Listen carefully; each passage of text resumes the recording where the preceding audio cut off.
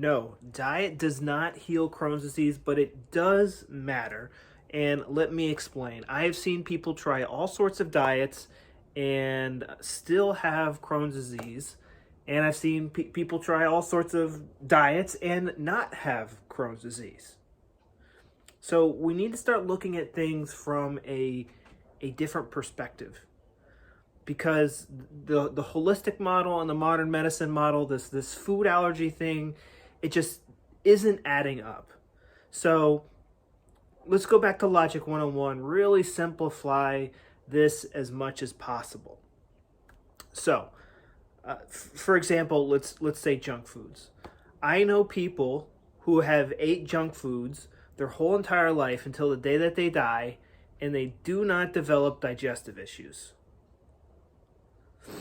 So right then and there, we can pretty much conclude that eating junk food does not cause Crohn's disease.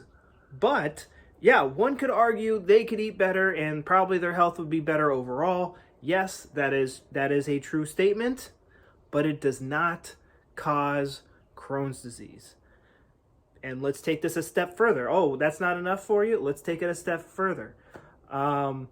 I can't tell you how many clients that I've had and myself where we've gone from a standard American diet or just whatever, a normal diet, and then we switched it to something vegan, vegetarian, ancestral, carnivore, you name it.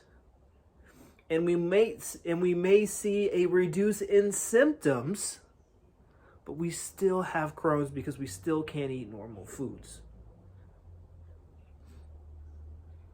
If a switch in diet, if switching your diet were to fix your Crohn's disease, it would just go away, and then you could eat all the foods that you wanted.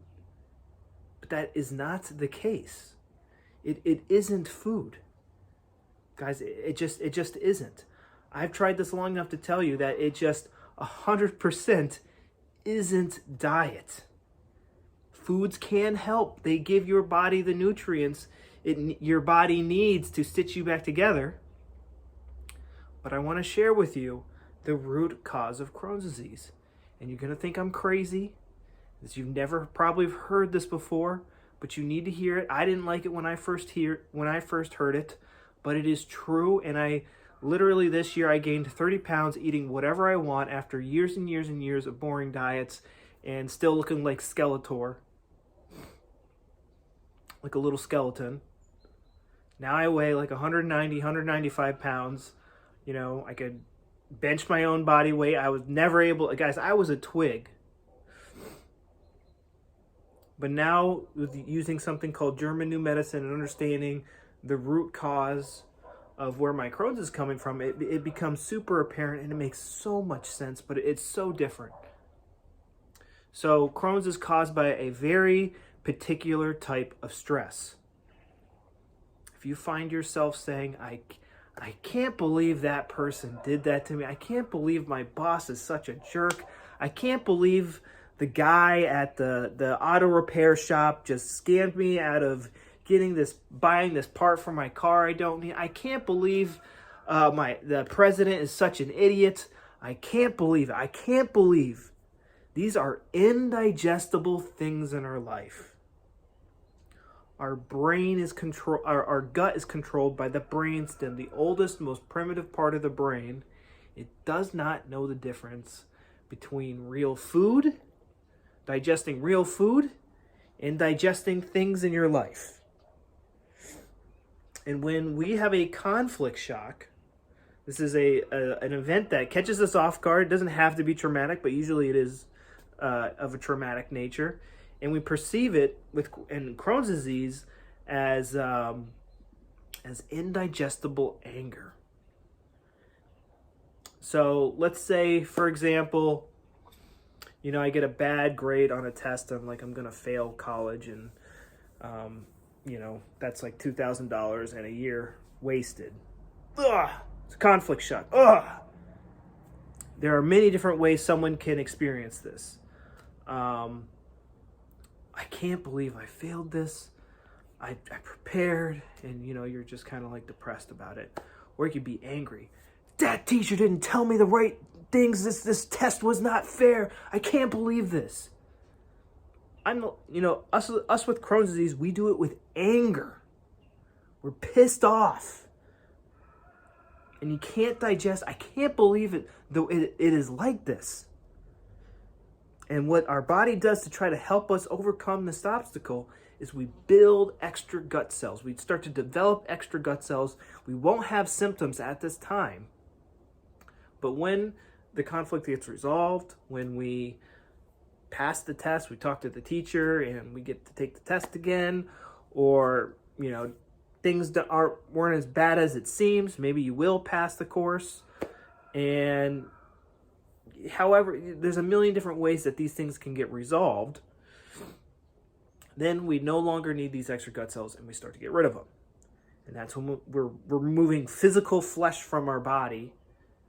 And I know that sounds like a far-fetched idea, but like if I need to squat more weight, what's going to happen? How's my body going to help me squat more weight? It's going to make my ass bigger. It's going to put more ass muscles on my ass so that I can move more weight. If there's something indigestible in my life, my body's going to help me out by making more gut muscles to help me digest this indigestible thing. And then when we don't need them, we get rid of them. That's when the blood and the mucus and all the fun symptoms happen.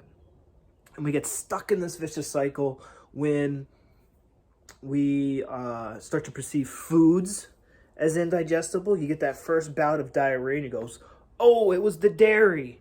The most easiest and nutrient-dense food in the world. It must be that.